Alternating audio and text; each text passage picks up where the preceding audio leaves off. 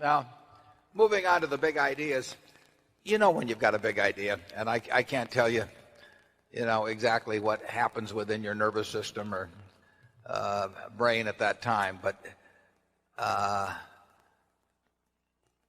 we've had a relatively few big ideas, good ideas over the years. I don't know how many you think we've had in aggregate, Holly, in career, maybe 25 each or something. If you took the top 15 out of Berkshire Hathaway, most of you people wouldn't be here.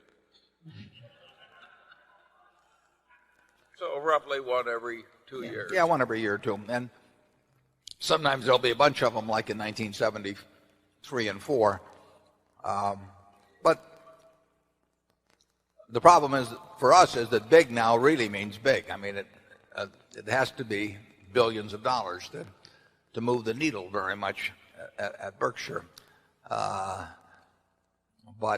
I would say that when I would turn those pages 50 years ago in the Moody's manuals, I would know when I hit a big idea. I've got a half a dozen of them that I keep the Xeroxes from those reports around from 50 years ago, just because it was so obvious that they were incredible. And that happens every now and then. When I met Lorimer Davidson, in end of January 1951, and he spent 4 hours or 5 hours with me explaining GEICO, I knew it was a big idea. 8 months later, or probably 10 months later, I wrote an article for the Commercial and Financial Chronicle on the security I like best. It was a big idea. When I found Western Insurance Securities, I knew it was a big idea. I couldn't put millions of dollars into it, but I didn't have millions, so it didn't make any difference. And we've seen things subsequently, and we'll see. If we have a normal lifespan, we'll see a few more before we get done. But I can't tell you that exactly how. I can't tell you exactly what transpires in my mind that says, flashes a neon sign up that says this is a big idea. What happens with you, Charlie?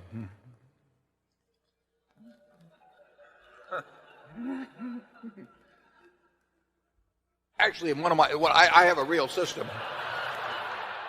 My idea of a truly big idea is one I get and I call Charlie and he only says no, rather than that's the worst idea I've ever heard of. But if he just says no, it's a hell of an idea.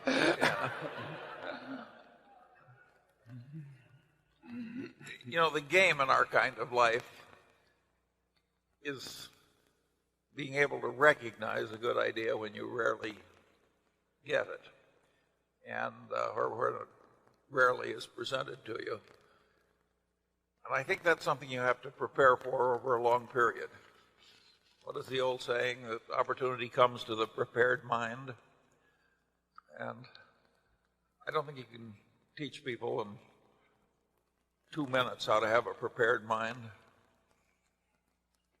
But that's the game. Things we learned 40 years ago, though, will help and recognize the next big idea. And on opportunity cost, going back to that, the current freshman economics text, which is sweeping the country, has right in practically the first page, and it says all intelligent people should think primarily in terms of opportunity cost. And that's obviously correct. But it's very hard to teach business based on opportunity cost.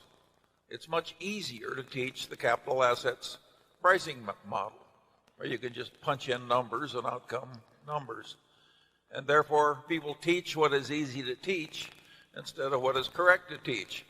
It reminds me of Einstein's famous saying. He says, everything should be made as simple as possible, but no more simple. Write that down.